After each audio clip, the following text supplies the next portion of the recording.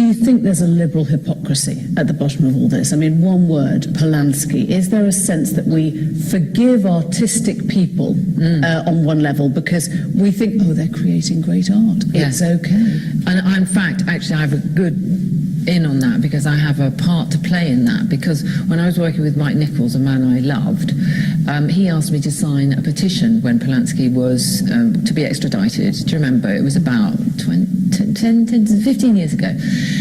And I signed it without really thinking about it. And then I was called on it by some young feminists at my son's university. And they said, this man's a rapist. He raped this woman. I watched the documentaries about it, and I decided that I had been wrong, that I had been absolutely, as you say, bamboozled by, not only by Mike's influence over me, but by my respect for his art. Absolutely. So I stood back, I took my name off the petition and explained myself to those who supported Polanski. So what should happen now? Do you think, on a practical level, his CBE should be revoked?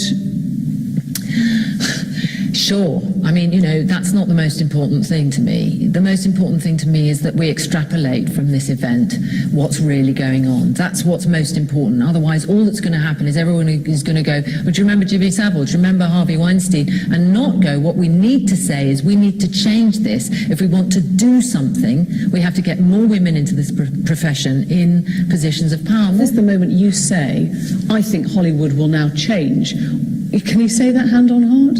No, I can't.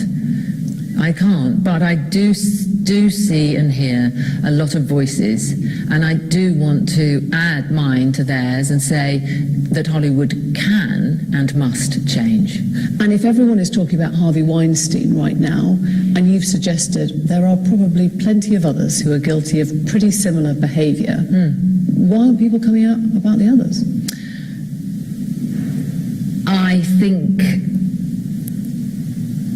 it's hard. Actually, some people, I mean, from what I've read, some women have absolutely said that other directors have tried it on with them. Some women have come out and said that, actually, if you look at the materials.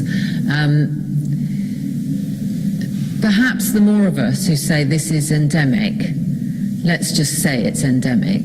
You know, and I've just said I've been, you know, I spent my 20s trying to get old men's tongues out of my mouth, you know, because they were just thought, well, she's up for it.